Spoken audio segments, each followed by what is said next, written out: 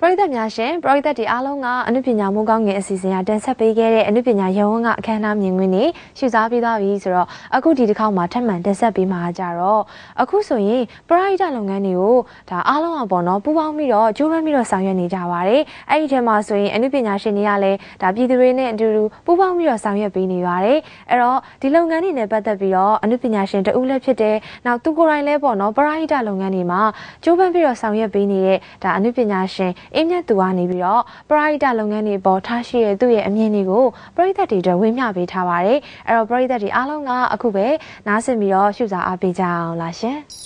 ်ပထမအဆုံးအဓိကတော့ကိုလူကသူ့ရဲ့ Facebook အကောင့်မှာကွာသူဒီလိုမျိုးပေါ့နော်ခီးရင်ရှိတယ်ဒီလိုသွားခြင်းနဲ့ပေါ့နော်စိတ်ပါဝင်စားတဲ့သူတွေပေါ့နော်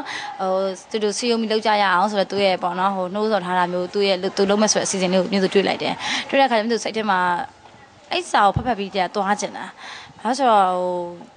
တကယ်လဲကိုအမှကြားနေပြီလေနော်တကယ်အတိဒုက္ခရောက်နေရမျိုးခုနလိုပေါ့နော်ဒီ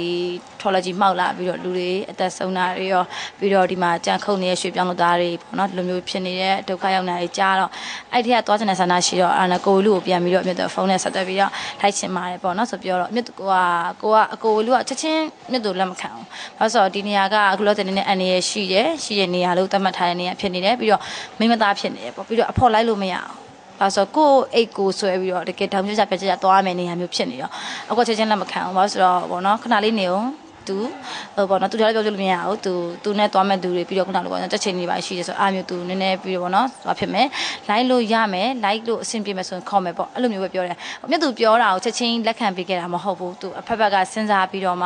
ပြီးတော့ညီမလေးလိုက်လို့ရတယ်ပြီးတော့လိုက်လို့ရတယ်ဆိုတော့မြတ်သူလာရှိုးထိပဲပြမခွင့်ပြုတာဘာလို့ဆိုဟိုဘက်နောက်ကဘာမှမသိသေးဘူးပေါ့နော်ဆိုတော့အခါကျလာရှိုးထိတော့ရမယ်ကျန်တဲ့နေရာကတော့မသိဘူးဘာလို့အကိုရဲ့ဆုံးဖြတ်ချက်တစ်စီနဲ့သွားရမှာဆိုတော့မြတ်သူကလည်းပြောပါတယ်ဟုတ်ကဲ့ပါသွားရလမ်းမှာစိတ်ချအကိုရဲ့ဆုံးဖြတ်ချက်အောက်မှာပဲနေမယ်အကိုနေဆိုနေခဲ့နေခဲ့မယ်အကိုကလိုက်လို့ရဆိုခေါ်ဝင်လိုက်ခဲ့မယ်ပေါ့နော်သွားကျင်တာတော့အနိကဆုံးနေဖြစ်တီကိုသွားကျင်တယ်ပေါ့နော်ဟိုအဓိကတော့အနိကဆုံးဒုက္ခရောက်နေသူတွေကိုအနိကဆုံးကူညီချင်တဲ့စိတ်တစ်ခုနဲ့ပေါ့နော်ဆိုတော့ပြောတော့အကိုဟုတ်ပြီဆိုပြီးပြောပြီးတော့နောက်ဆုံးပေါ့နော်လာရှိုးကနေပြီးမှမြတ်သူတို့ဒီကွမ်လုံပေါ့ကွမ်လုံထိရောက်တယ်ပြီးတဲ့အခါချင်းရွှေဟောဒီမြတ်သူသွားခွင့်ရခဲ့တယ်ပေါ့ဟုတ်အဲ့ဒီအချိန်မှာစိတ်ကအရန်စိတ်တက်တာပြင်းပြနေတယ်ပေါ့နော်အရန်စိတ်တက်ပြင်းထန်နေတယ်ဟိုသွားခြင်းနဲ့စိတ်တစ်ခုသူတို့ရှိရအောင်သွားခြင်းနဲ့သူတို့ရဲ့အပူတွေရှိမယ်တောကတွေရှိတယ်ဝမ်းနေတာတွေရှိတယ်နောက်ခံစားခဲ့ရ3ရက်4ရက်ပဲ3ရက်4ရက်ကသူတို့ရဲ့တခါမှတသက်မှမကြုံဘူးတဲ့ဒုက္ခမျိုးတွေခံစားခဲ့ရတာရှိတယ်ဟိုစစ်ဆိုတဲ့အရာကိုကြားဘူးတာပဲရှိတယ်ကိုယ်တိုင်ကြုံတွေ့ခဲ့ရတာအတန်တွေကြားနေတာနောက်ပြီးခုနစစ်ရဲ့ကြရက်တွေပေါ့နော်ဒီသူတို့စီကိုလာပြီးတော့ရိုက်ခတ်တာတွေရှိတယ်အချိန်တွေအကြောင်းအမျိုးမျိုးပေါ့ဆိုတော့အဲ့ဟာတွေကိုယ်တိုင်ကြုံရတဲ့လူတွေကိုအရင်အားပေးချင်တယ်အဓိကတော့ကိုယ်တိုင်သွားပြီးတော့ပေါ့နော်သူတို့ရဲ့စိတ်ဒဏ်ရာလေးတွေကိုသူတို့စကားပြောပေးချင်တယ်ဟိုသူတို့တဲ့3မိနစ်ပဲဖြစ်ကဟို9မိနစ်ပဲဖြစ်2မိနစ်ပဲဖြစ်စိတ်တက်တာရသွားတယ်ဆိုရင်အဲ့ဒါအမျိုးသူအရင်ဖြည့်ဆည်းပေးချင်တယ်အဲ့စိတ်တစ်ခုတည်းနဲ့ခုနလိုပေါ့နော်ဘာဖြစ်မယ်ဆိုတာကိုတိတ်မတွေးမိလိုက်ဘူးအဲ့တော့တကယ်လည်းမတွေးခဲ့ဘူးဘာလို့ဆိုတော့ဘာတွေတစ်ခုခုဖြစ်ခဲ့တော့ဆိုတော့မစင်စားအောင်တေးမလားမတေးဘူးလားလည်းမစင်စားဘူးတခုခုဖြစ်မလားထိခိုက်မှကြလားလည်းမစင်စားခဲ့ဘူးဒါပေမဲ့စိတ်ကစောင်းနေတယ်အရန်ကိုစိတ်ကသွားဖို့ပြင်းထန်နေတဲ့အတွက်အမြတ်သူရောက်သွားခဲ့တယ်ပေါ့နော်အဓိကအမြတ်သူရဲ့စိတ်ပေါ့စိတ်ကအရန်အဲ့နာကိုအရန်ရောက်ချင်တယ်အဲ့ရလူတွေကိုစကားတွေပြောချင်တယ်သူတို့လိုပေါ့နော်သူတို့ရဲ့အပူလေးတွေကိုကိုမျှဝေခံစားချင်တယ်အဲ့စိတ်တစ်ခုအမှအမြန်ဖြစ်နေတယ်ဟိုလောက်ကန်ကိုသွားတယ်ဒါပေမဲ့သူကလောက်ကန်မှာအေးချမ်းတယ်မအေးချမ်းဘူးမဟုတ်ဘူးဒါပေမဲ့လမ်းမှာမအေးချမ်းဘူးပေါ့နော်ဆိုတော့ခါပြီးတော့အခုလက်ရှိကလည်းပေါ့နော်ဒီ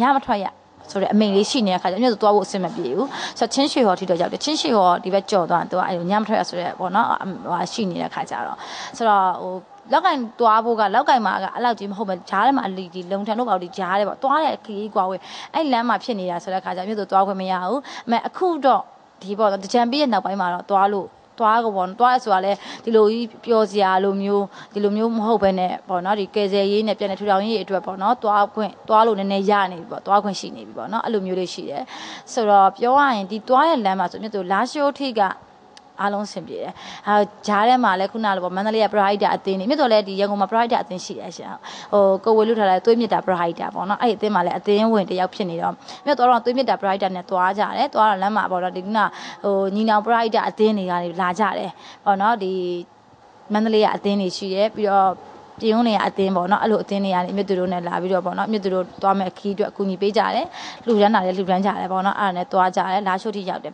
လာရှိုးမှာလည်းမြတ်သူတို့ဒါခုနလိုပေါ့နော်ခုနရောက်လာတဲ့ ခုနဆစ်ရှောင်းပေါ့နော်စစ်ဘေးတင်ပြည်သူတွေဒီလာတဲ့လူတွေရှိတယ်အဲ့ဒါတွေကိုမန်ဆူဖုံကျောင်းမှာရှိတယ်နောက်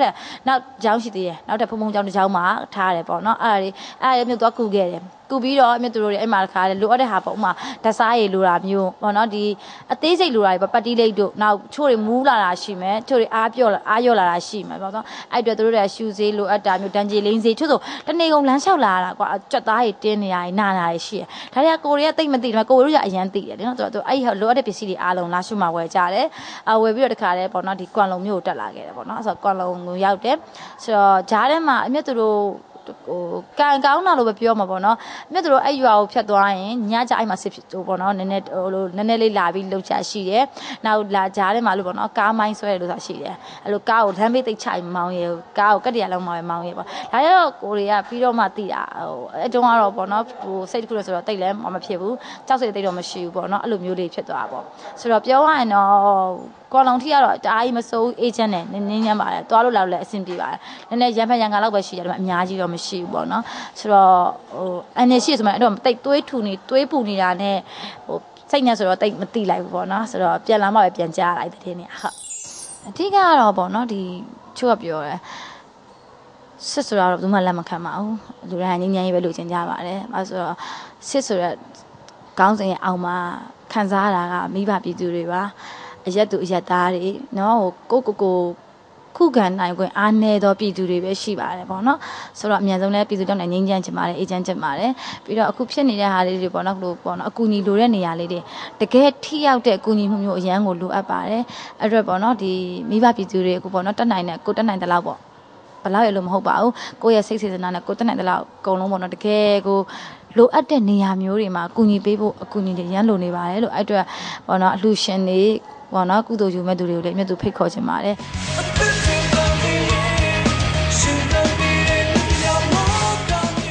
အနုပညာမိုးကောင်းငယ်ရဲ့ပရိသတ်တွေအားလုံးအတွက်အခုဆိုရင်သူတို့ဘာလုပ်နေလဲဆိုတဲ့ကဏ္ဍလေးကိုတင်ဆက်ပေးပါတော့မယ်ဒီကဏ္ဍလေးကိုပရိသတ်တွေအားလုံးသိပြီးသားဖြစ်မှာပါအနုပညာရှင်တွေရဲ့လက်တလောအနုပညာလှုပ်ရှားမှုသတင်းတွေကိုပုံမှန်သိရအောင်လို့တင်ဆက်ပေးနေတာပါဒီနေ့မှာပြောပြပေးမယ့်အနုပညာရှင်ကဘယ်သူများဖြစ်မလဲပရိသတ်တွေကိုယ်တိုင်ပဲရှုစားကြည့်ကြမယ်နော်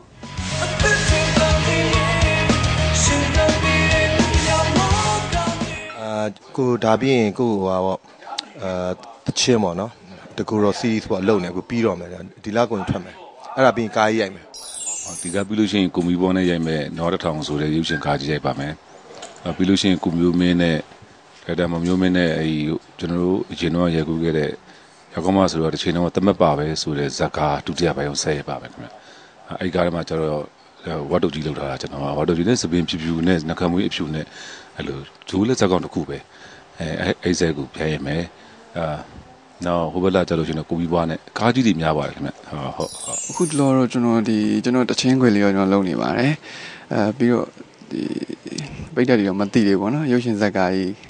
ကန်လန်းထားတော့ရှိပါတယ်အဲစပြီးတော့ပေါ့နော်ပထမအဦးဆုံးရုပ်ရှင်ဇက်ကတော့ရိုက်ဖို့ရှိပါတယ်ပြီးတော့ကျွန်တော်ရိုက်ထားတဲ့ offer ကားလေးဒီလ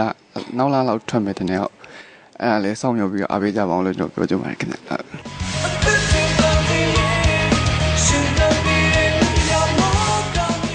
ပရိသတ်များရှင်ပရိသတ်တွေအားလုံးကအနုပညာမိုးကောင်းငယ်အစီအစဉ်ကနေပြီးတော့တင်ဆက်ပေးခဲ့တဲ့အနုပညာရတမျိုးစုံကိုရှုစားပေးပြီးသားပြီဖြစ်တဲ့အတွက်ပရိသတ်တွေအားလုံးကိုအခုဆိုရင်နှုတ်ဆက်ရမယ့်အချိန်ကြီးရောက်လာပါပြီမနှုတ်ဆက်ခင်ဒီအစီအစဉ်ကိုထုတ်လွှင့်ပေးနေတဲ့အချိန်လေးကိုထပ်ပြောပြပေးကြပါမယ်ဒီအစီအစဉ်အားဆိုရင်တော့တနင်္လာနေ့ကနေစပြီးတော့တောက်ကြနေ့ထိပုံမှန်အခုလိုချိန်လေးတွေမှာတင်ဆက်ပေးနေပါတယ်နောက်ပြီးတော့ပရိသတ်တွေအားလုံးကဒီအစီအစဉ်မှာပါဝင်တဲ့ကဏ္ဍတွေကိုကြိုပြီးတော့သိကျင်နေဆိုရင် Facebook မှာကြည့်လို့ရပါတယ် www.facebook.com/sky show မှာကြည့်လို့ရတဲ့အကြောင်းကိုလည်းဒီနေ့အစီအစဉ်ကနေပြီးတော့သတင်းကောင်းလေးပါကြပါတယ်ပရိသတ်တွေအားလုံးအတွက်အနုပညာရတမျိုးစုံကဏ္ဍမျိုးစုံနဲ့ဖျော်ဖြေတင်ဆက်ပေးပြီးသားဖြစ်တဲ့အတွက်ဒီနေ့ရဲ့အင်္ဂါနေ့အစီအစဉ်ကနေပြီးတော့ပရိသတ်တွေအားလုံးကိုနှုတ်ဆက်လိုက်ပါတယ်ပရိသတ်များပျော်ရွှင်ချမ်းမြေ့ကြပါစေရှင်